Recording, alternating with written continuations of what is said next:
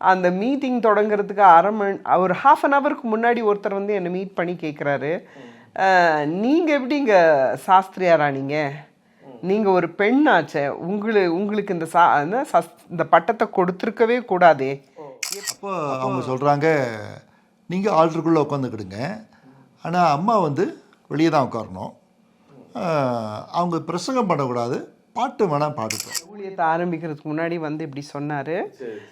அப்படி தவறாக வந்து எங்களை குறித்து அவர் புரிஞ்சிருக்கிறது நிமித்தமாக அதாவது பப்ளிக்காக உங்கள் எல்லாருக்கும் தெரியணும் அது நான் என்ன டிசிஷன் எடுத்திருக்கிறேன் வந்து இதை அட்டன் பண்ணேன்.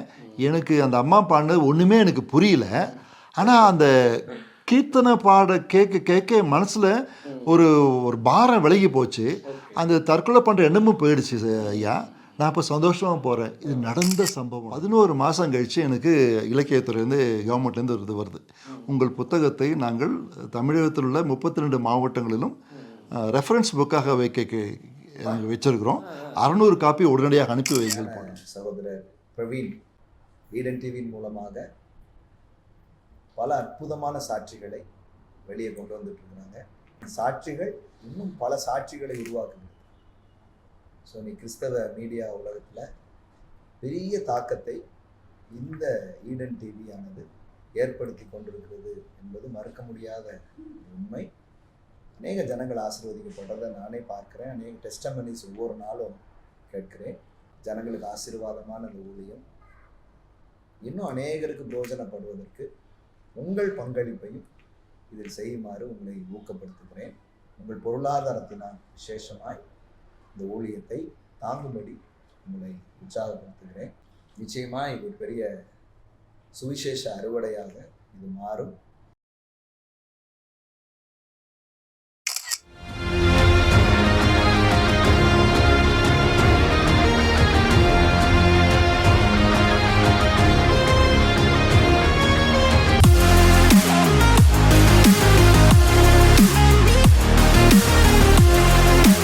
ஆண்டவர் ஊழிய அழைப்பு ஃபுல்லாக ஊழியத்தை வந்துருன்னு சொல்கிறார்.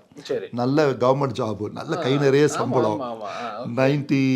2014 நான் ஆண்டவர் சொல்லி பார்த்தார், 3 நேரம் படிக்க வந்துருன்னு சொல்லி பார்த்தாரு. ஆவி வந்து பலம் உள்ளது, மாம்சமாக பலவீனம் உள்ளது இல்லையா, இவ்வளோ சம்பளத்தை விட்டு வரணுமா ஆண்டவர் அப்படின்னு ஒரு போராட்டம் இருந்துக்கிட்டே இருந்துச்சு. அப்புறம் ஆண்டவர் வாழ்க்கையில் ஒரு சில பிரச்சனையை கொடுத்தார். அதாவது அதன் மூலமாக தான் நீ கீழ்ப்படிவேன் சின்ன அடியை போட்டார். அப்போ 2014 கரெக்டாக நான் விஆர்எஸ் கொடுக்கணும்னு சொல்லி 2 பேரும் சேர்ந்து முடிவு பண்ணிட்டோம். ஜோமணியும் முடிவு பண்ணிட்டோம். அதுக்கான அந்த பேப்பர்ஸும் கொடுத்துட்டேன். அப்போ நல்ல நெருங்கிய நண்பர்லாம் சொன்னாங்க, நீ head of the department of chemistry இப்போவே வந்து 1,47,000 சம்பளம். அப்போ எனக்கு 2014 ப்ளஸ் நான் நிறைய கைட் பண்ணேன், எம்ஃபில் கைட் பண்ணேன், ப்ராஜெக்டில் அதில் ஏகப்பட்டது வரும். இதை நீ டக்குன்னு விட்டுட்டு இன்னும் உனக்கு 10 வருஷம் சர்வீஸ் இருக்குது. ஆமாம், 2024 வரைக்கும் இருக்குது. அவங்க மேனேஜ்மெண்ட் சேலரி கம்மி தான் இருந்தாலும். அடுத்தது வந்து 7th பே கமிஷன் வருது. அப்போ வந்து டபுள் த அமௌண்ட் சேலரி போகும். நீ இப்போ ஊழியம் செஞ்சுட்டு தானே இருக்கிற, அப்படியே நீ 10 வருஷத்தை முடிச்சிடறேன்னு சொன்னாங்க. அந்த நப்பாசை இருந்துகிட்டே தான் இருந்துச்சு. ஆனாலும் ஆண்டவர் தொடர்ந்து அழைச்சிட்டு இருந்ததுனால சரி முடிவு எடுத்துருவோம்னு சொல்லிட்டு தான் 10 வருஷத்துக்கு முன்பதாகவே அவ்வளோ நல்ல சேலரியை போட்டுட்டு அநேக நல்ல எண்ணத்தை தான் சொன்னாங்க, நீ ஊழியம் செய்யி அதே சமயத்தில் 10 வருஷத்தில் அவ்வளோ சேலரி வருதாப்பான்னு செய்யினாங்க. பட் ஆண்டோடைய அழைப்பு முக்கியன்றதுனால 2 பேருமே இவன் வந்து 2009 வேலையை விட்டுட்டாப்ல, நான் 2014 வேலையை விட்டுட்டேன். முழு நேரத்துக்காக நாங்கள் வந்து. நீங்கள் நிறைய ஊழியர்களை ட்ராவல் பண்ணதுனால, நீங்கள் ஒரு பெண்ணாக இருந்து ஊழியம் பார்க்கறதுனால நிறைய சேலஞ்சிங் இந்தியாவில் வந்து பொதுவாகவே நிறைய இருக்குது பெண்களுக்கான இது வந்து. ஸோ நீங்கள் அந்த மாதிரி சேலஞ்சஸ் தான் நீங்கள் பார்த்துருக்கீங்களா? கண்டிப்பாக பிரதர், கண்டிப்பாக. ஆஸ் அ உமன் வந்து எனக்கு நிறைய சேலஞ்சஸ் நான் ஃபேஸ் பண்ணியிருக்கேன். ஃபஸ்ட்டு சேலஞ்ச் வந்து எனக்கு வந்து ஃபேமிலி, சாஸ்திரியார் ஃபேமிலியிலேருந்தே இருந்தது ஒரு பெரிய சேலஞ்ச். என்னென்னா, ஞான தீபம் வந்து 18th century தான் இருந்தாங்க, ஃபஸ்ட்டு லேடி சாஸ்திரியார். அந்த டைமில் வந்து சாஸ்திரியார், இந்த ஃபஸ்ட்டு சாஸ்திரியாரே உயிரோடு இருந்ததுனால அவங்களுடைய ஊழியத்தை வந்து அந்நாட்களில் வந்து ஃபேமிலியை அக்செப்ட் பண்ணாங்க. ஆனால் அதுக்கப்புறம் ஒரு பெரிய கேப். அதோடு இப்போ தான் செகண்ட் லேடி சாஸ்திரியார் அந்த பொறுப்பை என் கையில் ஆண்டவர் கொடுத்துருக்கிறாரு. இப்போ அதை நான் எடுக்கும்போது எங்கள் ஃபேமிலிஸ்லேருந்தே கொஸ்டின்ஸ் வந்தது. எப்படி ஒரு லேடி ஒரு சாஸ்திரியார் ஆக முடியுமா? ஃபேமிலிஸ்னால் இவங்க கூட பிறந்தவங்க தாய் தகப்பன் இல்லை, ரிலேட்டிவ்ஸ் மத்தியில். அதாவது இந்த சாஸ்திரியார் என்கின்ற அந்த பெரிய சாஸ்திரியார் குடும்பம் என்பது ஒரு ஓஷன்.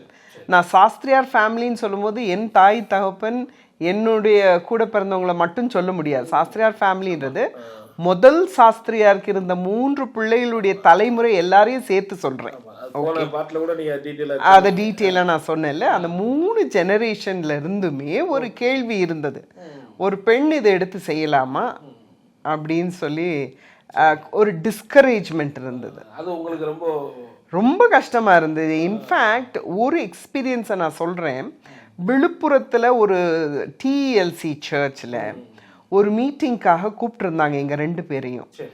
அப்போது அந்த மீட்டிங் ஆரம்பிக்கிறதுக்கு ஒரு 1/2 மணி நேரத்துக்கு முன்னாடி, இது நடந்தது 20 ஆண்டுகளுக்கு முன்பதாக. ஆமாம், ஒரு 20 ஆண்டுகளுக்கு முன்னதாக நான் இந்த நடந்தது சொல்கிறேன். ஒரு அந்த தொடங்க போது ஜெபத்தோட ஆயத்தத்தோட செய்தி ஆயத்தம் பண்ணி பாடல்களை ஆயத்தம் பண்ணி கொண்டு வந்திருக்கோம். அந்த மீட்டிங் தொடங்குறதுக்கு ஒரு 1/2 an hourக்கு முன்னாடி ஒருத்தர் வந்து என்னை மீட் பண்ணி கேட்குறாரு, நீங்கள் எப்படிங்க சாஸ்திரியாரா, நீங்கள் ஒரு பெண்ணாச்சே, உங்களுக்கு இந்த பட்டத்தை கொடுத்துருக்கவே கூடாதே, எப்படி கொடுத்தாங்க? ஃபேமிலியில் எங்கள் சபையிலையும் இருக்காங்க, எங்கள் ஃபேமிலியிலையும் இருக்கிறாங்க, ஓகே அப்படின்னு இந்த கேள்வியை கேட்குறாங்க. அப்போ வந்து ஆல்மோஸ்ட் என்னுடைய ஊழியத்தின் வந்து ஆரம்ப கட்டம் அது. அதனால நானுமே ரொம்ப சென்சிட்டிவாக இருந்த ஒரு டைம். ஜஸ்ட்டு ஒரு பிரசங்கத்தை பாடலை ஆரம்பிக்கிறதுக்கு முன்னாடி சொல்லிட்டாங்கன்னும் போது எனக்கு ஒரு மாதிரி என்னால் பேச முடியுமா, பாட முடியும், இருதயம் ஃபுல்லாக ஹர்ட் வந்துருச்சு. அதுக்கப்புறம் எப்படி ஒரு ஆண்டருடைய செய்தியை கொடுக்க முடியும் என்னால்? அது ரொம்ப சேலஞ்சிங்காக இருந்தது. அந்த மாதிரி அதுதான் ரொம்ப பெரிய பிரச்சனையாக நான் வந்து ஃபேமிலிக்குள்ளார இருந்து மீட் பண்ணேன். பட் அந்த மாதிரி சிறு சிறு பிரச்சனைகள் ரிப்பிள்ஸ் மாதிரி அதுக்கப்புறமும் என்னுடைய லைஃப்பில் இருந்திருக்கு. ஒரு பெண்ணாக இருந்து நீ செய்ய முடியுமா, இது சரியாக தான் உனக்கு கொடுத்துருக்காங்களா, நீ எப்படி வந்து ஒரு பெண்ணாக இருந்து சாஸ்திரியார் ஆக முடியும் அப்படின்னு. மீட்டிங் அந்த மீட்டிங்கை ரொம்ப ரொம்ப வீக்காக போயிட்டேன் என்னுடைய மைண்டில். என்னுடைய கணவருக்கு கூட தெரியாது ஆக்சுவலாக. ஆனால் ரொம்ப வித் மச் டிஃபிகல்ட்டி தான் அன்னைக்கு அந்த மீட்டிங் என்ன நடத்தி முடித்தோம் அன்னைக்கு. பட் அவருக்கு தெரியாது என்னுடைய மனசில் என்ன போகுதுன்னு. பட் அது வந்து ரொம்ப டிஃபிகல்ட்டாக ஹேண்டில் பண்ணி அதை ஆண்டவருடைய பலத்தை கொண்டு தான் கடைசியாக முடிச்சேன்னு சொல்கிறேன். பட் ஸ்டில் வந்து அது வந்து ரொம்ப ஹர்ட்டிங்காக இருந்தது அந்த டைமில். ஒருவேளை தப்பு பண்ணிட்டோமோ, நம்ம வந்து இதை எடுத்துருக்க கூடாதோ, ஸோ நிறைய சந்தேகங்கள் என்னுடைய மனசில் வர ஆரம்பிச்சது. அது ஒரு சேலஞ்சு. மற்றபடி ஆஸ் சர்ச்சஸ் நிறைய சர்ச்சஸ்க்கு போகிறோம் நம்ம. அப்போ நிறைய டினாமினேஷன்ஸ் போகிறோம். சிஎஸ்ஐ சர்ச்சஸ் பொறுத்த வரைக்கும் ஒரு உமன் பேசுகிறது வந்து the accept, because women ordination as pastors bishops இருக்கிறதுனால. அதே மாதிரி லுத்ரன் சர்ச்சஸ்லேயும் அது ஒரு இஷ்யூ கிடையாது.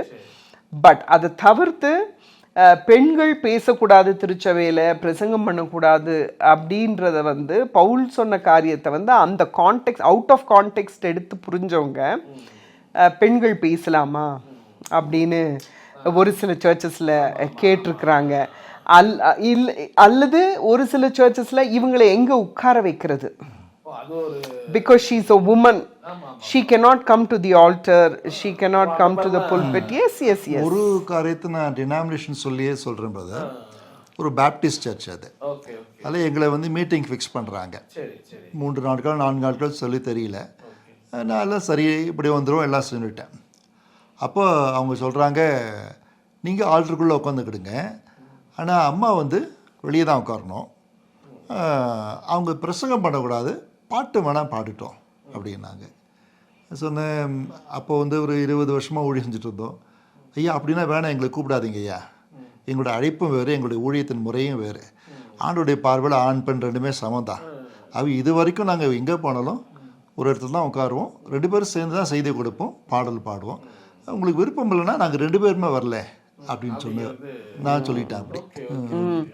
பட் எனக்கு பர்சனலாக பிரதர் எனக்கு வந்து அந்த ஆல்டரில் போய் உட்கார பிடிக்காது பிரதர். ஆமாம், என்னென்னா ஐயர்மார் நிறைய கொஞ்சம் அண்டர்ஸ்டாண்டிங்காக இருக்கக்கூடிய ஐயர்வாள் சொல்லுவாங்க, அம்மா நீங்கள் ஆல்டரில் வந்து உட்காருங்க, ஏன்னா நீங்கள் கான்சிக்ரேட்டட் தான், அதனால நீங்கள் வந்து உட்காரலாம்னு சொல்லுவாங்க. நான் அன்போடு அந்த ஐயர்மார்ங்க கிட்ட சொல்லிடுவேன், ஐயா நான் கம்ஃபர்டபுளாக உட்காந்துருக்கணும்னு நீங்கள் விரும்புனீங்கன்னா ஆராதனையில் நான் மக்களோடு உட்காந்துக்கிறேன்.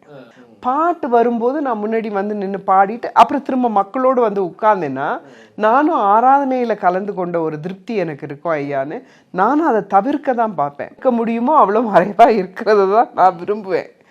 ஆனால் ஒரு சில தவிர்க்க முடியாத சூழ்நிலையில் அப்படி ஆயிடுது. So that is a second challenge எனக்கு. ஒரு சில பாஸ்டர்ஸ் ரொம்ப அன்பினால், நான் சொல்கிறதுலாம் பெரும்பாலும் சிஎஸ்ஐ டயசிஸில் உள்ள மற்ற இதெல்லாம் நடக்குது. அவங்க என்ன சொல்லுவாங்க, கம்யூனியன் சமயத்தில் வந்து நீங்கள் உள்ளே உட்காருங்க, 2 பேரும் உள்ளே உட்காருங்க, நாங்கள் உங்களுக்கு உள்ளே ஆல்டருக்குள்ளார கம்யூனியன் சர்வ் பண்ணுன்னு சொல்லுவாங்க. ரொம்ப நான் சொல்லி பார்ப்பேன், இல்லை ஏன் நாங்கள் காங்கிரேஷனோட எடுப்போம்னு சொல்லுவேன். ஆனாலும் அவங்க பாஸ்டர்ஸ் நிறைய இடத்துல அப்படி ஆயிருக்கு. கன்னியாகுமரி டயசிஸில் அதிகமாக அது மாதிரி அப்படி உள்ளே தான் இருக்கணும், நாங்கள் ஃபஸ்ட்டு கம்யூனியன் பாஸ்டர்ஸ்லாம் உங்களுக்கு கொடுத்துட்டு அப்புறம் சபையார் கொடுப்போம்னு சொல்லுவாங்க. நாங்கள் ரொம்ப சொல்லி பார்ப்போம், அவங்க ரொம்ப அன்பினால் வற்புறுத்துவாங்க. அப்புறம் என்ன செய்வோம், கடைசியாக அவங்க மற்ற பாஸ்டர்ஸுக்கு கொடுக்குற சமயத்தில் நைஸாக இருந்து வெளியே வந்துடும். வந்து கம்யூனியன் இருக்கிறப்ப மட்டும் சபையோடு சேர்ந்து எடுத்துகிட்டு போய் திருப்பி வந்து உள்ளே உட்காந்துப்போம். ஸோ இது எங்களை வழக்கமாக வச்சுருக்கிறது. ஏன்னா எங்களுடைய லிமிட்டேஷன்ஸ் எங்களுக்கு தெரியும். நாங்கள் வந்து நான் வந்து இப்போயாவது சாஸ்திரி அம்மாவது அவங்க அதுக்கு அபிஷேகம் செய்யப்பட்டாங்க, நான் ஒரு சாதாரண ஊழியக்காரன். இப்போ 2 பேரும் குடும்பமாக போகிற சமயத்தில் நாங்கள் சபையார்கள் தான், பெரிய ஊழியக்காரர்கள் கிடையாது. அங்கே கம்யூனியன் கொடுக்குறவங்க அவங்க இறையலுக்கு பட்டம் பெற்று அவங்க முறையாக அபிஷேகம் பண்ணப்பட்ட ஆசாரியர்களுடைய காரியங்களை சேர்ந்தவங்க. ஸோ அந்தளவுக்கு நாங்களும் அவங்க சமமே கிடையாது. சொல்லி பார்ப்போம், பாசஸ் கேட்கலாம், நைஸாக வெளியே வந்து சபையோடு சேர்ந்து எடுத்துகிட்டு வந்து உட்காந்துரும். இது எங்களுடைய முறை தொடர்ந்து கடைபெற்று வந்து. நீங்கள் வந்து வேதநாயக சாஸ்திரத்தில் 7வது ஜென்ரேஷனில் நீங்கள் வந்து உங்களுக்கே இப்படி இருக்கும்போது இப்போ நார்மல் நிறைய பெண்கள் கூட்டம் சபையில் நிறைய இருக்குது. ஆமாம், புதுசாக வர்றவங்களால வாய்ப்பே, அப்போ அவங்களாம் எந்திரிச்சு ஒரு ஊழியமே வர முடியாத. கரெக்ட். அதை நீங்கள் எப்படி பார்க்குறீங்க? ஒரு ஆண் பாஸ்டருக்கு ஈக்குவலா எல்லா விஷயத்துலையும் ஒரு பெண் பாஸ்டரால செய்ய முடியாது. இப்போ பாருங்க, ஒரு என்ன சொல்றது, ஒரு எமர்ஜென்சியா அவர் இறந்து போறதுக்குள்ளார ஒரு கம்யூனியன் எடுத்துடணும் அப்படின்னா அன்டைமாக அந்த ஃபேமிலி கிட்ட இருந்து ஒரு இன்விடேஷன் வரும் பட்சத்தில் ஒரு பெண் தனியாக போக முடியாத ஒரு தேசத்தில் நம்ம வாழ்ந்துட்டு இருக்கோம். சேஃப்டி அவ்வளோ இஸ் ஆல்சோ வெரி இம்பார்ட்டண்ட்ல, அதனால் அதை பண்ண முடியாது. அதே மாதிரி மேனை போல் ஃபிசிக்கல் ஸ்ட்ரென்த் உமனுக்கு இருக்கிறதுக்கு வாய்ப்பு இல்லை ஈக்குவலாக. ஆண்டவர் வெவ்வேறாக தான் படைச்சிருக்கிறார். அப்போ நான் என்ன ஃபீல் பண்ணுவேன், இந்த விமன் ஆர்டினேஷன் கொடுக்கும்போது மோஸ்ட்லி இந்த விமன் வந்து ஒரு பாஸ்டராக இருக்கக்கூடிய மேனுடைய ஒய்ஃப்க்கு கொடுத்தா they can share the Burton. ஒரு ஹஸ்பண்ட் அண்ட் ஒய்ஃபாக அவங்க வந்து ஊழியத்தில் நிற்கும் போது 2 பேரும் ரெவரன்ஸாக இருக்கும்போது அப்படி இருக்கிறாங்க. ஒருத்தருக்கு ஒருத்தர் துணையாக இவங்க செய்ய முடியாத காரியத்தை பாஸ்டர் ஐயா செய்ய முடியாத அம்மாவோ செய்கிறது வந்து ரொம்ப அழகாக இருக்கும். ஏன்னா சில விமனுக்கு கவுன்சிலிங் தேவைப்படும். பாஸ்டர் மட்டும் இருந்து பாஸ்டர் அம்மாவுக்கு ஊழியத்தில் ஆர்வம் இல்லாமல் உட்காந்துருந்தாங்கன்னா அந்த பெண்களுக்கு ஒரு ஆணை கொண்டு போய் ஒரு கவுன்சிலிங் கொடுக்கறதுக்கு நம்ம அனுப்ப முடியாது. அப்போ ஒருவருக்கு ஒருவர் காம்ப்ளிமெண்டிங்காக ஊழியத்தை செய்வது எப்பொழுதுமே நல்லது. அதனால பெண்களுக்கு என்னென்ன பொறுப்பை கொடுக்க முடியுமோ what ever they can do அது கொடுப்பது தவறு இல்லை நான் ஃபீல் பண்ணுறேன் ஊழியத்தில். பட் நான் எப்பவுமே ஃபீல் பண்ணுவேன், போட்டிக்காக இல்லை, அதாவது நான் ஆணை விட ரொம்ப வல்லமை உள்ளவள் அல்லது பெண்ணை விட என்னால் இவ்வளோ சாதிக்க முடியும் அப்படின்னு இந்த 2 செக்ஸுமே சொல்ல முடியாது. ஆண்டவர் எப்படி கிரியேட் பண்ணியிருக்கிறாருன்னா, ஒரு பெண் இல்லாமல் ஒரு ஆணால் ஒரு சில காரியங்களை செய்ய முடியாது, ஒரு ஆண் இல்லாமல் ஒரு பெண்ணால் ஒரு சில காரியங்களை செய்ய முடியாது. அதனால தான் அந்த ஏற்ற துணைன்னு ஒரு ஆணையும் பெண்ணையும் ஆண்டவர் ஒன்றாக சேர்க்கிறார். ஒரு பர்பஸ் இல்லாமல் இல்லை. ஆண்டவர் படைக்கும் போதே 2 பேரையும் ஒருத்தருக்கு ஒருத்தர் துணையாக தான் படைச்சார். அதனால ஊழியங்களுமே குடும்பமாக ஊழியத்துக்கு வந்துட்டாங்கன்னு வைங்களேன், நிறைய மற்ற பிரச்சனைகளை தவிர்க்கலாம்.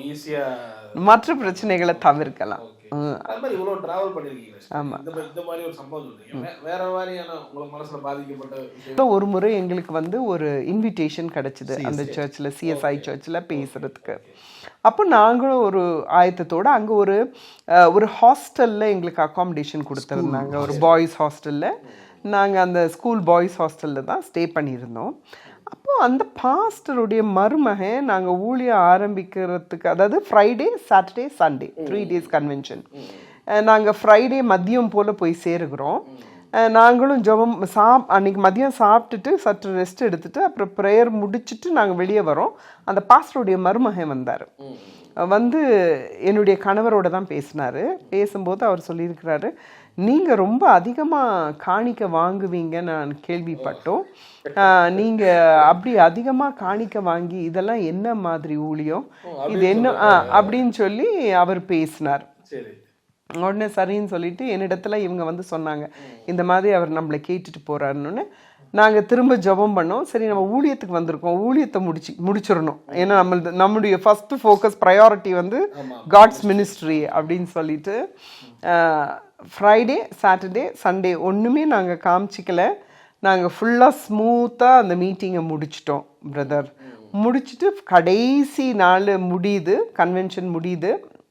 அந்த சோபனமே பாட்டை நான் பாடி முடித்த உடனே ஐயா ஃபைனல் ஜெபத்தை முடிச்சுட்டு சொன்னார், நீங்கள் எல்லோரும் அப்படியே உட்காருங்க, உங்களுக்கு ஒரு செய்தி இருக்கிறது அப்படின்னு சொல்லி ஐயா எல்லாரையும் உட்கார வச்சுட்டார். ஜனங்கள்லாம் உட்காந்துட்டாங்க.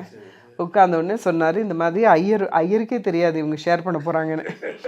ஐயருடைய மருமகன் இந்த ஊழியத்தை ஆரம்பிக்கிறதுக்கு முன்னாடி வந்து இப்படி சொன்னார். அப்படி தவறாக வந்து எங்களை குறித்து அவர் புரிஞ்சிருக்கிறது நிமித்தமாக இந்த, அதாவது பப்ளிக்காக உங்கள் எல்லாருக்கும் தெரியணும் அது நான் என்ன டிசிஷன் எடுத்திருக்கிறேன்னு. அதனால் இந்த ஊழியத்துக்கான எந்த காணிக்கையோ ட்ராவலோ எங்கள் ஃபுட்டோ நீங்கள் எதுவுமே ஸ்பெண்ட் பண்ண வேண்டாம், எல்லாமே நாங்களே அந்த பணத்தை உங்களுக்கு ஃப்ரீயாக பண்ணிவிட்டு நாங்கள் போகிறோம் அப்படின்னு சொன்னோம். அந்த ஜனமே உட்கார்ந்து ஆக்சுவலாக அழுதாங்க அன்னைக்கு. ஒரு சிலர் வந்து ரொம்ப அப்பாலஜி கேட்டாங்க, சாரி ஐயா, சாரி அம்மா, அந்த தம்பி தப்பாக உங்களை வந்து கணக்கு போட்டு வந்து சொல்லிட்டார். ஸோ இப்படிப்பட்ட சேலஞ்சஸும் எங்களுக்கு இருக்குது. வந்து ரைட் ராயலாக நம்மளுக்கு ஆன் த ஃபேஸ் வந்து சொல்கிறாங்க. அப்போ வந்து இவங்க உடனே டிசைட் பண்ணிடுவாங்க. நம்ம வந்து மேக்சிமம் வந்து சர்ச்சுக்கு செலவை குறைச்சி தான் ஊழியத்தை பண்ணணும்னு நாங்கள் 2 பேரும் எப்பவுமே விரும்புவோம். ட்ராக் போட்டு தான் பாருங்க, ஏன்னா அதில் நிறைய சர்ச்சுக்கு பேர்டன் குறையும் உங்களுக்கு. இன்ஃபேக்ட் பிரதர், நான் லைவ் மியூசிக் பாடினேன்னா பாடும்போது இடையில எனக்கு கொஞ்சம் ரெஸ்டாச்சும் கிடைக்கும், ஒரு மூச்சு எடுக்கிறதுக்கு, ஒரு மூச்சு விடுறதுக்கு. ஓகே, பட் ட்ராக்ல பாடும்போது ஒரு பீட் கூட நான் வந்து விட முடியாது. பட் சர்ச் வந்து ரொம்ப எக்ஸ்பென்ஸ் ஆகிடக்கூடாது, சர்ச் பணம் விரயமாக நிறைய காரியங்களுக்கு போயிடக்கூடாதுன்றதுக்காகவே நாங்கள் ட்ராக்ஸ் எடுத்துகிட்டு போயிடுறது, ட்ராக்ஸ்லேயே பாடிடுறது. சரி, அது எனக்கு ஸ்ட்ரெயினாக இருந்தாலும் கூட பரவாயில்லை அப்படின்னு பாடிடுறது.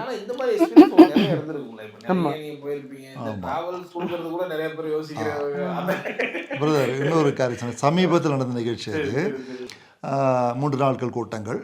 அதே போல் அவங்க வந்து அந்த சர்ச்சுக்கு மேலே ஒரு கெஸ்ட் ரூம் இருந்துச்சு, அங்கே தங்க வச்சுருந்தாங்க. அங்கே நாங்கள் போய் தங்கணும். அந்த கட்டில், அந்த கீழே இருக்கிற அந்த விரிப்பு, அந்த பாத்ரூம்லாம் ரொம்ப மோசமாக இருந்துச்சு. அதை விலைக்கு சொல்ல வேண்டிய அவசியம் இல்லை. எங்களுக்கு அங்கே படுக்கிறதும் சிரமமாக இருந்துச்சு. சரி, அதை அட்ஜஸ்ட் பண்ணி படுத்துக்கிட்டோம். ஆனால் அந்த பாத்ரூமில் நீங்கள் போய் பார்த்தீங்கன்னா அந்த பெயிண்ட் அடிக்கிறதுக்கு ஒரு டப்பா வச்சுருப்பாங்க இல்லையா, அந்த டப்பாவில் அது கீழே ஃபுல்லாக பெயிண்ட் இருக்குது, அவ்வளோ அழுக்கு இருக்குது. அந்த மொண்டு குளிக்கிறதுக்குள்ள அதுவும் ஒரு பெயிண்ட் டப்பா தான். மிகப்பெரிய சர்ச், நான் சொல்கிறேன், பேர் சொல்ல விரும்பலை. சரி, பரவாயில்ல, ஆண்டவரே எவ்வளோ இதாக தான் ஊழியம் செஞ்சார், தாழ்மையாக ஊழியம் செஞ்சார், அட்ஜஸ்ட் பண்ணி போட்டு. ஆனால் என்ன பண்ணுவோம், 3ஆவது நாள் போயிட்டு நல்லா 2-3 பக்கெட்டு வாங்கி, புது பக்கெட்டு வாங்கி 2-3 புது மக்களாக வாங்கி அங்கே பொறுப்பாளர் சொன்னோம், பாவம் உங்கள் சபைக்கு ஒன்றுமே இது கூட செய்ய முடியல, இல்லை எங்களால் முடிஞ்ச உதவி நான் உங்களுக்கு செஞ்சுட்டு போகிறேன் இல்லையா, ஆனால் அடுத்த வர ஊழியக்காரர்களுக்கு இப்படி செய்யாதீங்க தயவு செய்து, அதை சொல்லிட்டு வந்தேன். பட் எதுக்கு நான் சொல்ல வரேன்னா, ஒரு சில இடங்களில் வந்து பிரதர், நான் அந்த ரூமுக்கு போய் அந்த ரூமை நான் பெருக்கி ஒட்டடை அடித்து, அப்படியே பிரதர் ஒட்டடை அடித்து நான் கூட்டி குப்பை எடுத்து அதுக்கப்புறம் நாங்கள் யூஸ் பண்ணது பாத்ரூம் எல்லாம் நான் வாஷ் பண்ணி நாங்கள் யூஸ் பண்ணியிருக்கிறது உண்டு பிரதர். அதிலிருந்தே இப்போ வந்து அதிகமாக வயது ஆகி கொண்டிருக்கிறது, எங்களுக்கும் இளமையாயில்லை, ஒவ்வொரு நாளும் வயசு ஆகி கொண்டிருக்கிறது. எங்களுக்கு ட்ரெயினில் இப்போ ட்ராவல் பண்ணக்கூடிய சேலஞ்ச் பெருசு என்னென்னா, மேல் பர்த் கிடச்சிதுன்னா எங்களால் ஏற முடியாது. அதனால மற்ற பேசஞ்சர்ஸை எனக்கு தொல்லைப்படுத்த பிடிக்காது. எனக்கு உங்கள் பேர்த்தை கொடுங்கன்னு கேட்க, ஏன்னா அவங்களும் என்ன கஷ்டத்தில் வராங்கன்னு நமக்கு தெரியாது.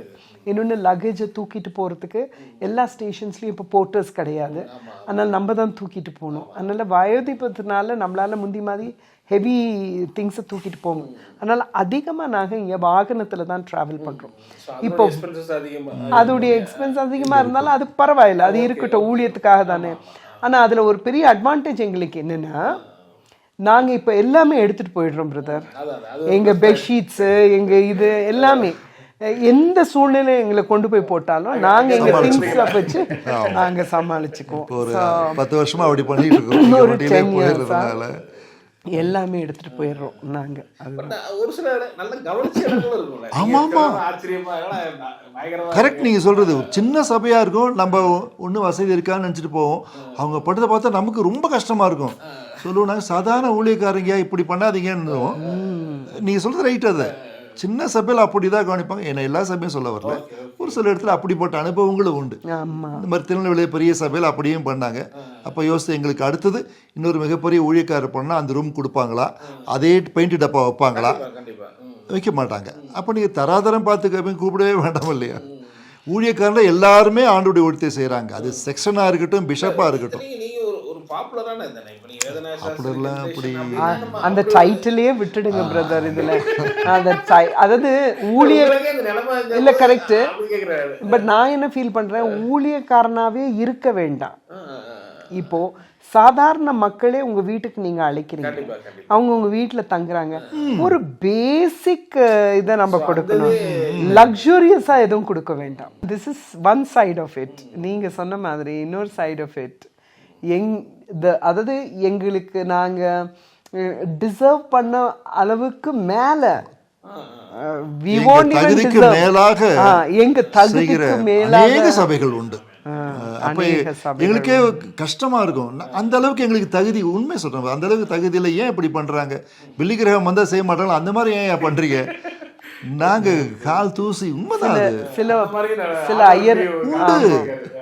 சில ஐயர்வாள்கிட்டே நாங்கள் சொல்லிடுறது, ஐயா இவ்வளோலாம் ரூமுக்கு இவ்வளோலாம் ஸ்பெண்ட் பண்ண வேண்டாம், நீங்கள் எங்களுக்கு மாடஸ்டாக இருந்தால் போதும், லக்ஸூரியெலாம் வேண்டாம் எங்களுக்கு, என்ன கொடுக்குற ரூம் க்ளீனாக இருந்தால் போதும் எங்களுக்கு, வேறு எதுவும் நாங்கள் அப்படியே சொல்லிகிட்டே வந்திருக்கோம். நெக்ஸ்ட் டைம் வரும்போது இவ்வளோ ஸ்பெண்ட் பண்ண வேண்டாம் நீங்கள் அப்படின்னு. நானே சபைகள் இப்போ புரிஞ்சுக்கிறாங்க. ஏன்னா நாங்கள் காணிக்கை டிமாண்ட் பண்ணுறதுல இது 3 தான் கேட்கறதுனால அவங்களுக்கு சரி இவங்க வந்தால் இது பண்ணால் போதும், அந்த மரியாதை அது கொடுக்குறாங்க. ஸோ அது சொல்கிறதுனால அதுக்குள்ளே அந்த உயர்வு இருக்குது எங்களுக்கு. சரி உங்களுக்கு பணத்துக்காக அவங்க செய்யலை, இவங்க வயசாகிட்டு இருக்கு கொஞ்சம், அதுக்கான பாத்ரூம் நல்லா இருக்கணும், டிராவல் ஒழுங்காக கொடுத்தா போதும், மைக் இருந்தால் போதும் உங்களுக்கு. வெளிநாட்டை பொறுத்த வரைக்கும் நல்லாவே இது வரைக்குமே நல்லாவே பண்ணிருக்காங்க, எந்த குறைவும். ஏன்னா அவங்க தான் டிக்கெட் கொடுத்தும் கூப்பிடுறாங்க. நாங்கள் டிக்கெட் கொடுக்காம இல்லை, அதுதான் சொல்ல வந்த, அழைப்பு இல்லாமல் அங்கே எங்கேயுமே போனதில்லை எந்த நாட்டுக்குமே.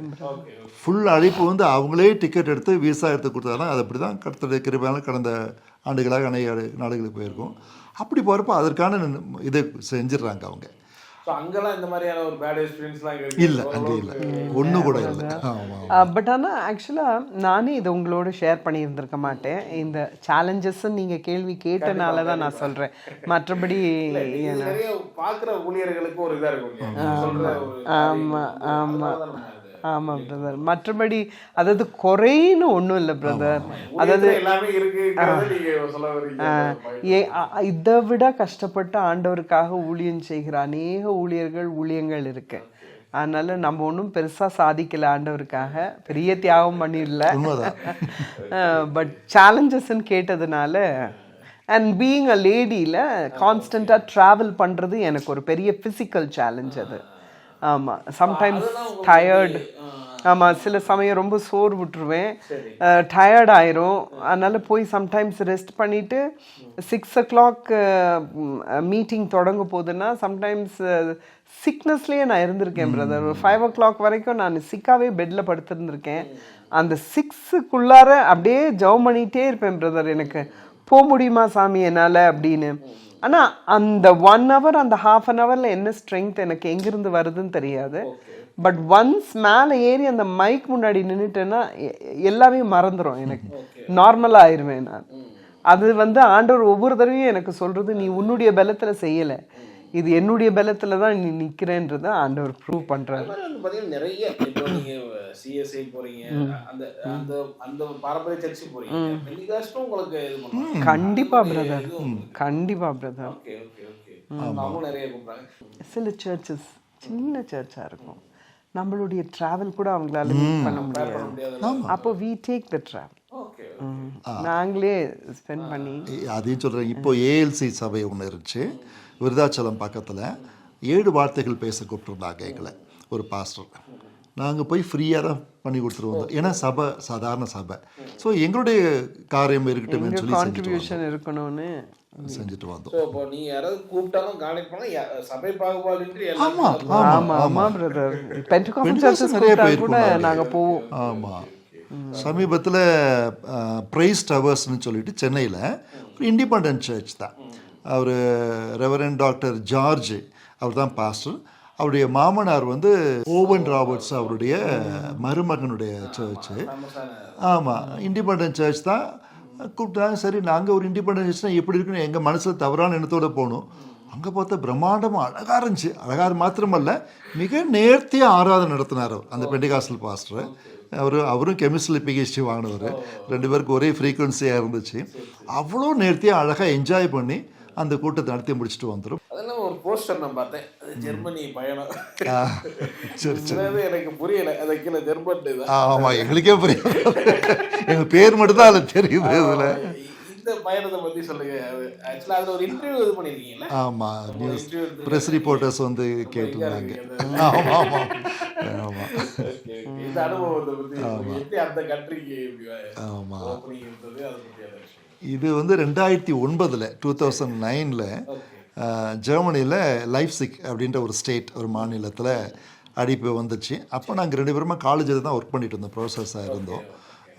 எங்களுக்கு அந்த கண்ட்ரியில், அந்த லைப்சிக் அந்த ஸ்டேட்டில் ஒரு எம்பி, ஃபார்மர் எம்பி, அவர் வந்து சிடியூன்னு சொல்லுவாங்க, கிறிஸ்டியன் டெமோக்ராட்டிக் யூனியன், அந்த கட்சியில் ஆளும் கட்சியில் இருந்த ஒரு மிகப்பெரிய எம்பி. அவங்க ஒய்ஃபும் வந்து அந்த கவர்மெண்ட் பொசிஷனில் இருந்தாங்க. ஸோ அவங்க ஒரு முறை பொறையாக இருக்க வந்தப்போ எங்கள் 2 பேரும் வீட்டில் வந்து சந்தித்தாங்க. என்னன்னா, அவர் வந்து இஸ் ஏ மியூசிஷியன், அதே சமயத்தில் எம்பியாகவும் இருந்தார். ஸோ எங்களை பற்றி கேள்விப்பட்டு வீட்டில் வந்து சாஸ்திரியுடைய இதெல்லாம் கேட்குறப்போ அவருக்கு ரொம்ப ஆச்சரியமாக இருந்துச்சு. 7 தலைமுறையாக இப்படி பாடல்கள் பாடி செய்கிறீங்களா, அப்போ நாங்கள் கூப்பிட்டா நீங்கள் வருவீங்களா அப்படின்னு சொன்னப்போ தாராளமாக வருவோன்னு. சரி, அப்படியே வந்து அழைப்பில் போகணும். அப்போ அவரும் இந்த 2009 நிகழ்ச்சியில் காரணமாக இருந்தார். ப்ளஸ் இப்போ தமிழ் சுவிசேஷ லுத்தரன் திருச்சபையின் பேராயராக இருக்கிறவர் ரெவரண்ட் டாக்டர் கிறிஸ்டியன் சாம்ராஜ், அவரும் அங்கே மிகப்பெரிய பொறுப்பில் இருந்தார். அப்போ வந்து அவர் பிஷப்பில் இப்போ தான் பிஷப் ஆகியிருக்காரு. அப்புறம் ஊட்டா பென்சில் என்று சொல்லப்படுகின்ற ஒரு ஜெர்மன் லேடி, அவங்களும் ஹையர் பொசிஷனில் இருந்தாங்க. ஸோ அவங்கெல்லாம் சேர்ந்து அந்த நீங்கள் காமிச்சிங்களா அந்த போஸ்டரில் ஒரு கான்சர்ட், ஒரு கச்சேரி நடத்துனாங்க, மியூசிக்கல் கான்சர்ட். எங்களுக்கு என்ன ஆச்சரியன்னா, எல்லாம் வெள்ளைக்காரவங்க, நமக்கு தமிழர்களுக்கே கீர்த்தனை பாட்டு புரிய மாட்டேங்குது. இது வந்து அவங்களுக்கு மத்தியில் கீர்த்தனை பாட்டு பாடினா எப்படி இருக்கும்னு சொல்லி யோசித்தோம். ஆனால் முழு முயற்சியை வந்து அந்த 3 பேருமே எடுத்து அதுக்கான போஸ்டர்ஸ் போட்டாங்க. அந்த போஸ்டர் தான் இது. ஸோ அதில் எப்படி அவங்க பிளான் பண்ணாங்கன்னா, சாஸ்திரியாரம்மா ஒவ்வொரு கீர்த்தனை பாட்டும் பாடட்டும், நீங்கள் அதுக்கு முன்னால் இங்கிலீஷில் அதை பற்றி ஒரு இன்ட்ரொடக்ஷன் கொடுத்துருங்க, பேக்ரவுண்ட் கொடுத்துருங்க, அது நான் ஜெர்மனில் டிரான்ஸ்லேட் பண்ணிடுறேன். இவர் பிஷப்பாக இருக்கார், ரெவரண்ட் கிறிஸ்டியன் சாம்ராஜ், அவர் பண்ணிடுறேன் அப்படின்னு அதுக்கு எல்லாம் முறையாக பண்ணியிருந்தாங்க. ஸோ அவர் ரெவரண்ட் கிறிஸ்டியன் சாம்ராஜ் வந்து அந்த சமயத்தில் அந்த சின்ன ஃபேம்ப்ளெட்ஸ் எடுத்துகிட்டு போயிட்டு நிறைய இடத்துல கொடுத்துருக்காரு. ஸோ அன்றைக்கி சாயங்காலம் நல்ல கூட்டம் வந்துச்சு அந்த ஹாலில். எல்லாம் வெள்ளைக்காரங்க தான், நிறைய யங்ஸ்டர்ஸ் இருந்தாங்க. இல்லை இன்னொரு காரியம் என்னென்னா, அந்த ஜெர்மன்ஸை பொறுத்த வரைக்கும் அவங்க இசையில் வந்து ரொம்ப நாட்டம் உள்ளவங்க. அந்த வாலிபர்களை சொல்கிறேன், அது ரொம்ப ஆச்சரியமாக இருந்துச்சு. ஒரு சில நாடுகளில் போயிருந்தாலும் இந்த நாடுகளில் ஒரு வித்தியாசமான காரியம் என்னென்னா, இப்போ நம்ம நாட்டில் பொறுத்த வரைக்கும் வாலிபர்கள் சினிமா முகத்தில் சீரழிஞ்சிட்ருக்குறாங்க, கூட்டமாக போயிட்டுருக்குறாங்க.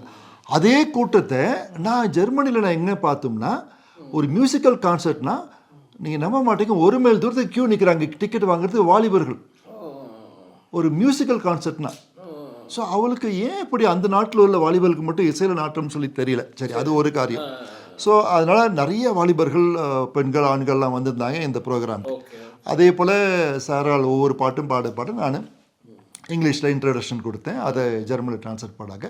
கடைசியாக ஒரு சின்ன ஒரு சர்மன் கொடுத்து என் சாட்சியோடு முடித்தேன். இது நடந்து முடிஞ்ச உடனே கூட்டத்தில் இருந்தவங்களாம் கலைஞ்சி போகிறதுக்கு முந்தைய ஒரு யங் கேர்ள் ஒருத்தர் இருந்தா, விளக்காரி தான். அவர் அந்த பொண்ணு வந்து ரெவரண்ட் டாக்டர் கிறிஸ்டின் சாம்ராஜ்ட்ட என்னமோ பேசிட்டு இருந்தாங்க, ஜெர்மனில் பேசுகிறாங்க, எனக்கு புரியல. அப்புறம் அந்த கூட்டம் முடிஞ்ச உடனே ரெவரண்ட் டாக்டர் கிறிஸ்டின் சாம்ராஜ் என்கிட்ட வந்து சொன்னார், மார்ட்டின் அந்த பொண்ணு என்ன செஞ்சு தெரியுமான்னாரு. சொல்லுங்க, எனக்கு தெரியல. அவன் வந்து போஸ்ட் ஆஃபீஸில் காலமாக போயிருக்கார். இவர் போயிட்டு அவருடைய வேலையை முடிச்சுட்டு இந்த நோட்டீஸ் அங்கே வச்சுட்டு போயிருக்கார். அப்போ இந்த பொண்ணு என்ன சொன்னாலும் வாழ்க்கையில் ஏதோ ஒரு பிரச்சனை, கோளாறு. அவள் வந்து யூனிவர்சிட்டி ஸ்டூடெண்ட், ரொமேனியா கேர்ள். அவள் ஏதோ போராட்டம், இப்போ எனக்கு சரியாக ஞாபகம் இல்லை, அதனால் நான் வந்து சூசைட் பண்ணிக்க போகிறேன் அப்படின்னு சொல்லிட்டு போஸ்ட் ஆஃபீஸ்க்கு வந்திருக்கா. போஸ்ட் ஆஃபீஸ் எதுக்கோ வந்திருக்கா. அவ்வளோ அங்கே வந்து இந்த ஹேண்ட்பில்ஸை பார்த்துருக்கா. சரி சார், சாக தான் போகிறதுக்கு முந்தைய மியூசிக்கில் இன்ட்ரெஸ்ட் ஆச்சு அவங்களுக்கு. சரி, இந்த ஒரு இந்தியன்ஸ் வந்திருக்காங்க, கிளாசிக்கல் கான்சர்ட் இருக்குது, அட்டன் பண்ணிட்டு சாகும், அந்த முடிவில் தான் நான் வந்தேன். வந்து இதை அட்டன் பண்ணேன். எனக்கு அந்த அம்மா பாடினது ஒன்றுமே எனக்கு புரியல. ஆனால் அந்த கீர்த்தனை பாட கேட்க கேட்க மனசில் ஒரு ஒரு பாரம் விலகி போச்சு. அந்த தற்கொலை பண்ணுற எண்ணமும் போயிடுச்சு. ஐயா, நான் இப்போ சந்தோஷமாக போகிறேன். இது நடந்த சம்பவம். இது ஒருவேளை நான் மிகைப்படுத்தி பேசுவேனே என்றால் நீங்கள் டபுள் செக் பண்ணிக்கலாம் யார்கிட்ட. இப்போ பிஷப்பாக இருக்கார் பார்த்தீங்கன்னா ரெவரண்ட் டாக்டர் கிறிஸ்டின் சாம்ராஜ், ஏன்னா அவர் தான் அதை நடத்துனது. அது ரொம்ப ஆச்சரியமாக இருந்துச்சு. ஏன் அதை சொல்கிறேன்னா, இப்போ இந்த கீர்த்தனை பாடல்களை பகடி பண்ணி பேசுகிறவங்க இருக்கிறாங்க, நம்ம ஊழியக்காரர்கள் மத்தியிலே இருக்கிறாங்க. இந்த பாட்டு யாருக்கு புரிய போகுது, இதையே ஏன் பாடிக்கிட்டு இருக்கிறாங்க, இப்போ வர பாட்டு பாட வேண்டியதானே கூட்டத்தில்னு சொல்லி சொல்கிறாங்க. ஒருத்தர் சொன்னார், இயேசுவே துதிசை சாஸ்திரியுடைய கீர்த்தனை பாடல். அந்த பாட்டில் வந்து ஒரு கவி வரும், அந்தர வாந்தர யுந்தர தந்தன் சொல்லி வரும். அவர் ரொம்ப கிண்டலாக பேசுகிறார், அவர் சிரிப்பாக பேசுவார். ஒருவேளை அவர் அதில் தான் ரொம்ப ஃபேமஸ்ன்னு நினைக்கிறேன். மிகப்பெரிய ஊழியக்காரர் தான் அவரும். அந்தர வாந்தர யுந்தர தந்தன், யாருக்கா புரியுதா ஐயா அப்படின்னு எல்லாம் சிரித்தாங்க. இந்த பாட்டெலாம் எதுக்கு பாடுறீங்கன்னு சொல்லி அவர் பேசினார். ஆனால் அந்த ஊழியக்காரருக்கு எந்த சூழ்நிலையில் வேதநாயக சாஸ்திரி இந்த பாட்டை பாடினார்னு தெரிஞ்சிச்சுன்னா, அந்த சூழ்நிலையில் அவர் இருந்தால் அது செஞ்சிருப்பாரான்னு சொல்லி தெரியல. இந்த இயேசுவே துதிசை இந்த பாட்டை அவர் தான் உயிரை பணைய வச்சு பாடினார். அன்றைக்கி அவர் உயிர் போயிருக்கணும். இந்த ராஜா சரபோஜி மன்னருக்கு முன்பதாக அவர் கேட்டது வந்து என்னுடைய தெய்வத்தை குறித்து ஒரு பாட்டு பாடுனார். என் உயிர் போனாலும் பரவாயில்ல, ராஜாவுக்கு முன்பு அவர் கட்டளையை கீழ்ப்படியாமல் பாடுறது மிகப்பெரிய துரோகம். அது மரண தண்டனை கொடுக்க வேண்டியது. அதையும் உயிரை துச்சமாக வச்சு நான் பாடினா இயேசு கிறிஸ்துவை மட்டுமே குறித்து பாடுவேன்னு சொல்லி அந்த பாட்டை பாடினார். அந்த சூழ்நிலையில் இவர் இருந்தால் என்ன செஞ்சிருப்பாருன்னு எனக்கு தெரியல. சரி, அந்த சமயத்தில் இந்த தமிழ் வேறு. ஆமாம், அந்த அப்போ இவர் என்ன சொல்கிறாரு, இந்த தமிழ் அர்த்தம் தெரியாமல் பாட்டு பாடுறது என்ன பிரயோஜனம்ன்றார். இன்றைக்கி வெள்ளைக்கார பொண்ணு ஒன்று, நமக்கு தெரிஞ்ச தமிழ் கூட அந்த பிள்ளைக்கு ஒன்றுமே தெரியல, ஆச்சரியமான கீர்த்தனை பாட்டை கேட்டு அர்த்தமே புரியாமல் தற்கொலை இனத்தையே மாற்றிருக்குன்னா, அது வந்து நம்ம பாடுற இசையினுடைய காரியங்கள் எதுவுமே இல்லை, பரிசுத்தனுடைய கிரியை செய்யும். இந்த பாடல்கள் பற்றி அதனுடைய வரலாறுகளை பற்றி நம்ம அது அடுத்த செக்மெண்ட்டில் நம்ம பார்க்கலாம். பட் இந்த செக்மெண்ட் முடிக்கிறதுக்கு முன்னாடி நீங்கள் இன்னொரு மினிஸ்ட்ரி என்னென்னா புஸ்தகம் ரிலீஸ் பண்ணியிருக்கீங்க, அதை பற்றி நம்ம கேட்டு முடிச்சாலும் நினைக்கிறேன். ஸோ அதில் ரொம்ப ஃபேமஸான புஸ்தகம் வந்து கீர்த்தனைகள் 150ங்கிறது. இதை பற்றி சொல்லுங்க. இது நிறைய சேல்ஸ் ஆயிருக்குல்ல? ஆமாம் ஆமாம். இதனுடைய இதை பற்றி நினைச்சீங்க இது மாதிரி? ஆமாம், அதாவது எங்களுக்கு என்னென்னா நிறைய இடங்களில் ஆவிக்கறி கோட்டைகள் நடத்தி முடிச்சுட்டு வர சமயத்தில் அநேக ஒரு 40 வயதுக்கு உட்பட்டவர்கள் வாலிபர்களும் கேட்பாங்க, ஆண்டி நீங்கள் பாடுற பாட்டெலாம் நல்லா இருக்குது, கேட்குறதுக்கு ரொம்ப ஸ்வீட்டாக இருக்குது, ஆனால் எங்களுக்கு ஒரு அர்த்தமும் புரியல அப்படி வெளிப்படையாக பேசுவாங்க. ஆனால் ரொம்ப நல்லா இருக்குது, அர்த்தம் புரிஞ்சால் நல்லா இருக்குமேன்னு சொல்லுவாங்க. இது 15 வருஷமாக எங்கள் மீட்டிங்லாம் நடந்துகிட்ருக்கோம். அப்போ எனக்கும் 2 பேர் மனசில் ஒரு எண்ணம் இருந்துச்சு, சரி இந்த பாடலை வந்து இப்போ இருக்கிற தமிழில் அதுக்கு ஒரு விளக்க உரை எதுனா நல்லா இருக்குமே. அப்போ அந்த அர்த்தத்தை புரிஞ்சு அந்த பாட்டை கேட்குறப்பையும் பாடுறப்பையும் அவருடைய தாக்கம் அதிகமாக இருக்கும். அர்த்தம் புரியாமல் இருக்கிறப்ப ஆண்டவர் கிரியர் செய்கிறாருன்னா அந்த பொருளை புரிஞ்சு நம்ம பாடு அந்த காரியங்களை கேட்டோம்னா நல்லா இருக்குமேன்ட்டு அது மனசில் வச்சுருந்தோம்.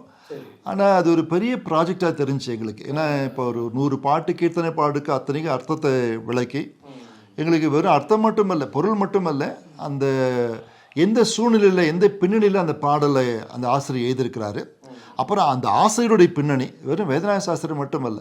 ஸோ அப்படி ஒரு 43 கீர்த்தனை ஆசிரியர்கள் அவர்களுடைய பாடலை தெரிவு செஞ்சு ஒரு 100 கீர்த்தனை பாடலை போடலாம்னு சொல்லி ஆரம்பித்தோம். பட்டு ஒரு 8 வருஷத்துக்கு முன்பதாகவே அது பெரிய பட்ஜெட்டாக இருந்துச்சு. எனக்கு ஒரு மனசில் எங்கள் 2 பேருக்கும் ஒரு போராட்டம். இப்போ கிறிஸ்தவ சமுதாயத்தில் படிக்கிற பழக்கமே குறைஞ்சி போச்சு. யாருமே புஸ்தகமே படிக்க மாட்டேன்றாங்க, பாட்டு மட்டும் கேட்டுட்டு போகிறாங்க. இவ்வளோ சிரமப்பட்டு இவ்வளோ நம்ம செஞ்சு போட்டு அது விற்காமல் போச்சுனால அது நமக்கு வருத்தமாக இருக்குமேன்ட்டு அப்புறம் கர்த்தருடைய கிருபையினால அந்த செஞ்சு முடித்தோம்.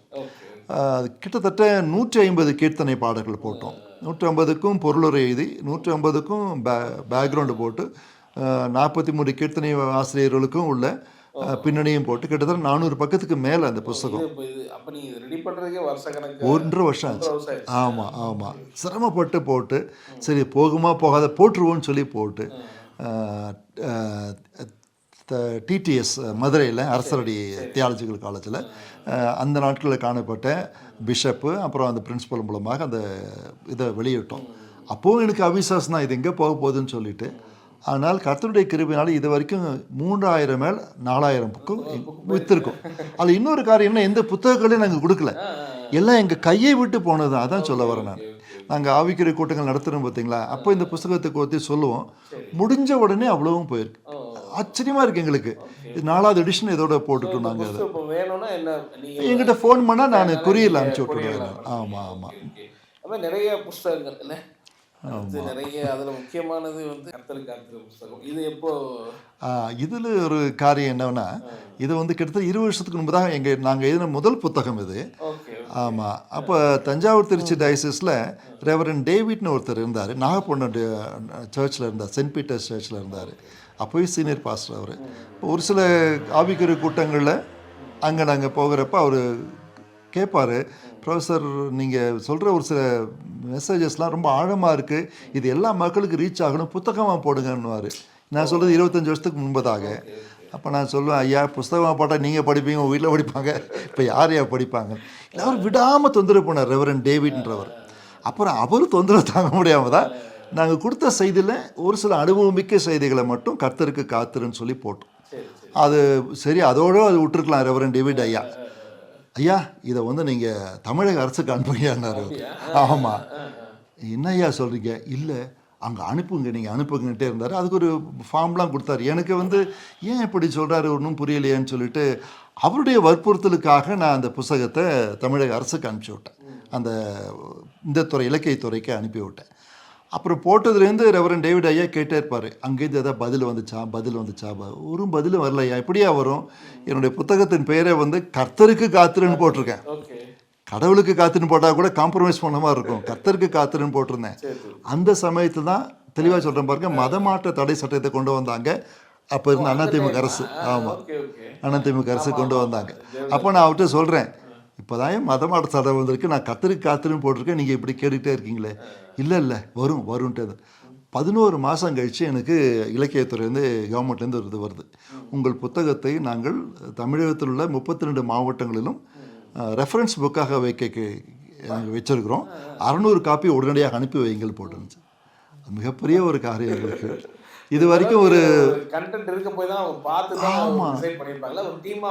ஆமாம். அதில் என்ன இதுன்னா, ஒரு கிறிஸ்தவனுடைய வாழ்க்கையில் எதுக்காக போராட்டங்களும் வியாதிகளும் கடன்களும் பாடுகளும் வருது என்பதை எங்களுடைய அனுபவத்தின் வாயிலாக நாங்கள் எழுதியிருக்கிறோம். அது ஆச்சரியமாக இருக்குது. நாங்கள் பெரிய எழுத்தாளர்கள் ஒன்றும் கிடையாது. முதல் புத்தகம் இது வரைக்கும் ஒரு 8000 காப்பி போயிருக்கோம். போட்டிருக்கேன் தமிழக அரசு.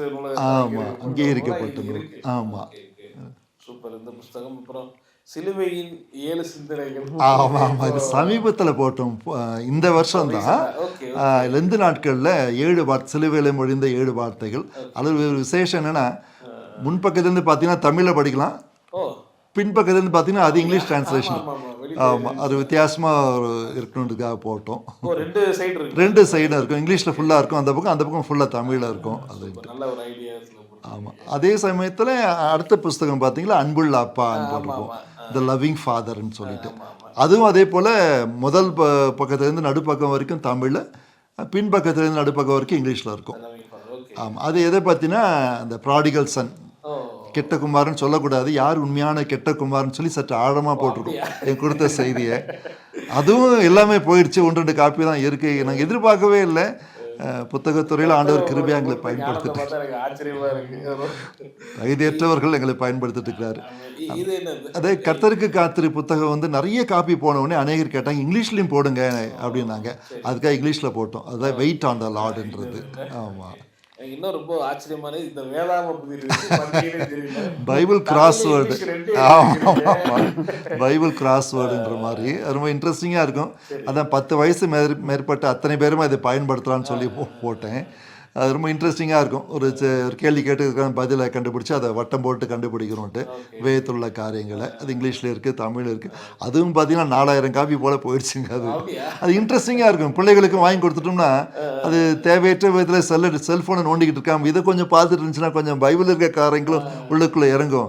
சண்டே ஸ்கூல் சின்ன பிள்ளைங்களுக்கு, சண்டே ஸ்கூல் பிள்ளைங்களுக்கு, யூத் பிள்ளைங்களுக்கு அது நல்லது. ஆமாம், அதாவது தமிழ் இங்கிலீஷ்லையாவது சீக்கிரம் போட்டலாம் கிராஸ்வேர்டு. ஏன்னா 26 எழுத்து தான் இங்கிலீஷில். தமிழில் வேதாகம புத்தின்றது நமக்கு தெரியும் 246 எழுத்துக்கள். அதுதான் கிட்டத்தட்ட 1 வருஷத்துக்கு மேலே உட்காந்து அதை தயார் பண்ணுவாங்க. அதில் ரொம்ப கிரியேட்டிவாக எனக்கு பிடிச்சது இந்த ஒரு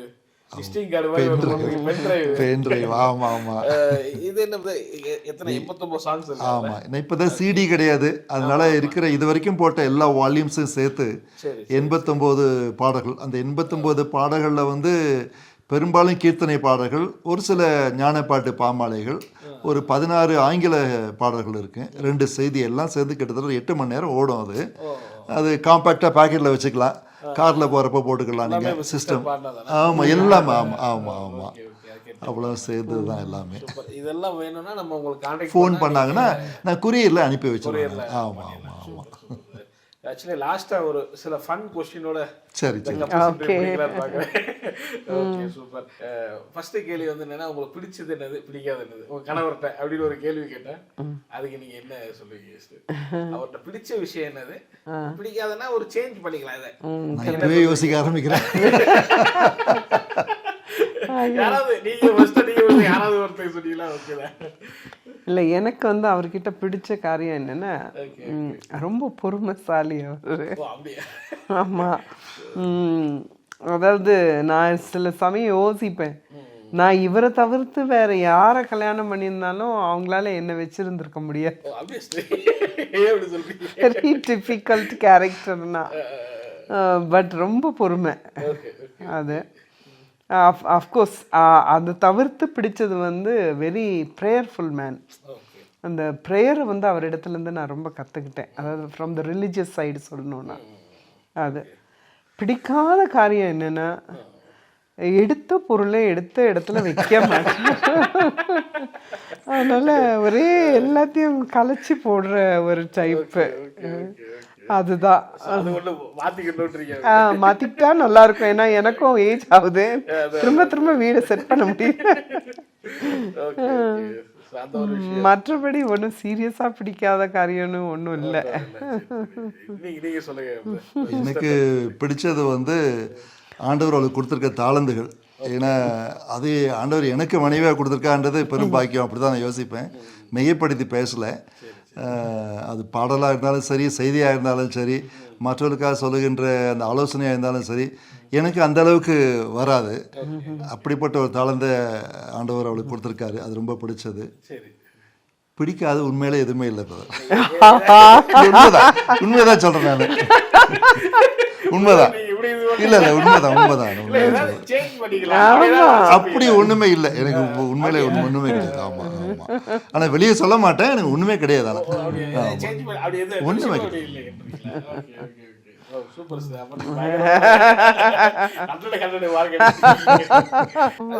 உங்களுக்குள்ள இப்போ டக்குன்னு இவர்னு கோவம் வந்துடும். உங்களுக்கு தான் ஃபர்ஸ்ட் கோவம் வரும். ஆனா இவங்க தான் ஃபர்ஸ்ட் மன்னிப்பு கேட்பாங்க அப்படின்னு யாரும் சொல்லலாம். இல்லை, I have to be very ஆனஸ்ட்ல, நான் ரொம்ப ஆக்சுவலாக வெரி ஷார்ட் டெம்பர்ட். நான் இப்போ மெலோ டவுன் ஆயிருக்கேன் கொஞ்சம். ஆமாம், நான் ரொம்ப கோபப்படுவேன். பட் ஆனால் நான் வந்து நான் ஆரம்பத்தில் இருந்ததை விட லைக் ஐ ஹாவ் இம்ப்ரூவ்டுன்னு நினைக்கிறேன். இப்போ வந்து ஸ்ட்ரென்த் இல்லை கோபப்படுறதுக்கானால. நான் முதல் மன்னிப்பு கேட்கறது நான் தான் நீங்க தான் கேக்குறீங்க. நான் தான். அது வந்து நான் நினைக்கிறேன் அது விமெனுக்கே இருக்கிற ஒரு ஃப்ளெக்சிபிள் கேரக்டர்னு நினைக்கிறேன். நீங்க கோவப்படுவீங்க, நீங்க ஆமா, அப்ப நான் கேட்டிருக்கேன் அவர்கிட்ட, அது ஏப்பா அது எப்பவுமே நான் தான் வந்து சாரி சொல்றேன்.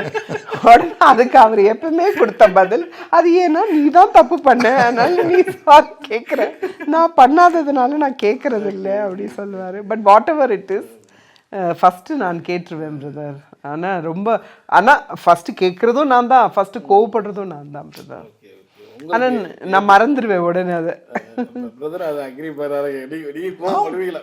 நானும் கோவப்பட்டிருக்கேன், நிறைய கோவப்பட்டிருக்கேன். ஆமாம், பட் ரொம்ப ஷார்ட் டெம்பர்ட் நான் தான் வென் கம்பேர்ட் டு. எனக்கு வந்து சாரா சொல்கிற மாதிரி பொறுமை அதிகம். பட் ஒரு கட்டத்துக்கு மேலே போயிடுச்சுன்னா அது என்ன சொல்லுவாங்க, சாது மிரண்டால் அந்த மாதிரி ஆகிடும். அப்போ நான் குவைட்டாக அது மாதிரி வெக்கேஷன் எங்கேயாவது நம்ம எங்கேயாவது தனியாக போகலாம் ஒரு இடத்து அப்படின்னா அப்படின்னு போவீங்களா? ஓ பிரதர், அது கண்டிப்பாக நான் ஷேர் பண்ணணும் பிரதர். சரி. என்னன்னா அவருக்கு என்னுடைய ஹஸ்பண்ட் எப்படின்னா, அது வந்து எங்கள் க்ளோஸ் சர்க்கிள்க்குமே அது தெரியும். அவங்களும் கிண்டல் பண்ணுவாங்க என்னோட சேர்ந்து. எங்கேயாவது போகலாம் அப்படின்னு பிளான் பண்ணால் உடனே அவங்க என் ஃப்ரெண்ட்ஸ் கேட்பாங்க, அங்கே தமிழ் சர்ச்சஸ் ஏதாவது இருக்குதா அப்படின்னு கூப்பிட்டுருக்காங்களா? உடனே நான் சொல்வேன் ஆமான்னு நினைக்கிறேன். அப்போ அங்கே போகாதீங்க நீங்கள், அவர் மீட்டிங் ஃபிக்ஸ் பண்ணிடுவார் அங்கே போனா அப்படின்னு சொல்லுவாங்க. என்னன்னா ஒரு இடத்துக்கு போகிறோன்னா அது ஊழியத்துக்காக தான் இருந்திருக்கு இது வரைக்கும். லைக் நாங்கள் எங்களுக்குன்னு டைம் எடுத்ததே இல்லை. அப்படி ரொம்ப ரேர் பிரதர். கல்யாணம் ஆன புதுசில் ஒரு முறை என்னை ஒரு 1 வீக்கு பாண்டிச்சேரி கூப்பிட்டு போனார் பிரதர். அதை இன்னைக்கு வரைக்கும் சொல்லி காட்டுவார், அன்னைக்கு நான் உன்னை பாண்டிச்சேரி கூட்டிட்டு போனேன்னு. அதே மாதிரி இப்போ ரீசெண்ட்டுக்கு போன மாதம் ஒரு 5 நாள் கொச்சின் கூப்பிட்டு போனார். அதுவும் நான் லிட்ரலாக சண்டை போட்டு அவரிடத்துல கேட்டேன், இதுக்கு மேலே எனக்கு எனர்ஜி இல்லை, என் வீட்லேயே அவ்வளோதான் அச்சீவ் பண்ண முடிஞ்சது எனக்கு. அதாவது எனக்கு என் வீட்லேயே எனக்கு ரெஸ்ட் எடுக்க முடியாது பிரதர். ஆக்சுவலாக நான் வீட்டில் இருந்தேன்னா I am not under rest. Even என் சிஸ்டர் இன் லா கிட்ட நீங்கள் கேட்டு பாருங்கள், ஐ கேன் நெவர் ரெஸ்ட். ஏதாவது ஒரு கமிட்மெண்ட் எனக்கு இருந்துகிட்டே இருக்கும். அதனால் நான் சொன்னேன் வீட்லேயும் இல்லாமல் எங்கேயாவது என்னை கூட்டிகிட்டு போங்க, அட்லீஸ்ட் ஒரு 5 நாள். ஐ ஜஸ்ட் வேறு எதுவும் எங்கேயும் சுற்றி பார்க்குறதுக்கெல்லாம் 2 பேருக்குமே இன்ட்ரெஸ்ட் கிடையாது. நான் சும்மா சாப்பிட்டு தூங்கணும்பா, ஒரு 5 நாள் எனக்கு அந்த டைம் கொடுங்க அப்படின்னா போன மாதம் என்னை கூட்டிகிட்டு போனாங்க ஒரு 5 days டு கொச்சின். மற்றபடி அதுக்கு வந்து இனிஷியேட்டிவ் எடுக்கிறது, ஐடியா கொடுக்கறது நான் தான். ஃபைனலாக ஒரு கொஸ்டின் கேட்டு முடிக்கிறாங்க. அவங்களுக்கு பிடிச்ச ஒரு காரியம், பிரதருக்கு பிடிச்ச ஒரு காரியம், இது பிடிக்காத ஒரு காரியம்னா என்ன சொல்லுவீங்க? அதாவது அவங்களுக்கு ரொம்ப பிடிச்சதுக்கு இது ஃபுட் சொல்லலாம், ஏதாவது அந்த மாதிரி சொல்கிறேன். வெக்கேஷன் ஏதாவது ஒன்று ரொம்ப என்ஜாய் பண்ணுவாங்க அந்த விஷயத்தை. அவருக்கு கார்டனிங்னா ரொம்ப பிடிக்கும் பிரதர். அதை வெளியே பயங்கரமா வச்சிருக்காங்க. யார் வீட்டுக்கு வந்தாலுமே கேட்பாங்க, அம்மா நல்லா வச்சிருக்கீங்கம்மா தோட்டத்தை அப்படின்னு. அவருக்கு கோவம் வந்துடும், ஏன்னா நான் அந்த சைடே போக மாட்டேன் பிரதர். இப்போ நான் சொல்ல நினைச்சேன் அதை கூட. ஆமா, எனக்கும் இந்த பூக்களுக்கும் சம்பந்தமே கிடையாது. எல்லாம் அவர் தான், ஃபுல் கார்டனிங் அவர் தான். அவருக்கு பிடிச்ச 2 முக்கியமான காரியம் லைஃப்ல, ஒன்று கார்டனிங் பிரதர், இன்னொன்று ஷாப்பிங் பிரதர். ஆமா, எங்க வீட்டில் ஆப்போசிட் பிரதர். அப்படி துணி கடைக்கு போய் துணி எடுக்கணும்னா கூட இந்த பெண்கள் எல்லாம் புடவை எடுத்துட்டு இருப்பாங்க, அப்போ ஆண்கள் எல்லாம் ஒரு இடத்துல உட்காந்து நியூஸ் பேப்பர் வாசிச்சுட்டு இருப்பாங்கல்ல பிரதர், அந்த இடத்துல நான் ஒரு பெண்ணு உட்காந்துருப்பேன் பிரதர். அவங்க என்ன ஒரு மாதிரி பார்ப்பாங்க, இந்த அம்மா எதுக்கு நம்மளோட வந்து உட்காந்துருக்குன்னு. என்னன்னா அவங்களுக்கு தெரியாது என் கணவர் அங்கே ஷாப்பிங்கில் இருக்கிறாருன்னு. எங்கள் வீட்டில் ஆப்போசிட் பிரதர். அதனால் அவருக்கு ஷாப்பிங் அண்ட் கார்டனிங் ரொம்ப பிடிக்கும் பிரதர். பிடிக்காத விஷயம்னா கிச்சனில் வந்து அவருக்கு ஹெல்ப் பண்ண பிடிக்காது. அவருக்கு பிடிக்கவும் பிடிக்காது, தெரியவும் தெரியாது. நீங்கள் சொல்லுங்க, அவங்களுக்கு பிடிச்ச விஷயம் ரொம்ப பிடிச்சது வந்து பேக்கிங். விதவிதமாக கேக்ஸு, குக்கீஸு அதெல்லாம் விதவிதமாக செய்வாப்புல, எல்லாம் டேஸ்ட்டாக இருக்கும். அதுக்கு நல்ல பேர் உண்டு. ஆமாம், அதுக்கு வேண்டிய எங்கே வெளிநாடு போனாலும் அந்த பேக்கிங் சம்மந்தப்பட்ட காரியங்களை மட்டும் தேடி போய் ஷாப் பண்ணி வாங்குவாப்புல. ஸோ அது ரொம்ப பிடிக்கும். அது பிடிக்காதுன்னா எனக்கு வந்து கார்டனிங்கில் கொஞ்சம் ஹெல்ப் பண்ணணும்னு சொல்ல வரமாட்டான். காரணம்னா கையில் மண்ணு பட்டுடுவான். அதுதான் brother. வேற ஒண்ணும் அவங்க கிச்சனுக்கு சொன்னவே நீங்க காலையில ஓகே ஓகே அவ்வளவுதான். சூப்பர் சூப்பர் ரொம்ப என்ஜாய் பண்ணோம் உங்களுடைய தேங்க்யூ பிரதர். எல்லாமே ஷேர் பண்ணீங்க உங்களுடைய ரொம்ப ஆச்சரியமா இருந்துச்சு என்ஜாய் Thank you. ஒரு மூமெண்டா இருந்துச்சு தேங்க்யூ தேங்க்யூ. அடுத்த செக்மெண்ட்ல அந்த பாடல்கள் பத்தியான கண்டிப்பாக பார்க்கலாம் கண்டிப்பாக thank you very much for the opportunity.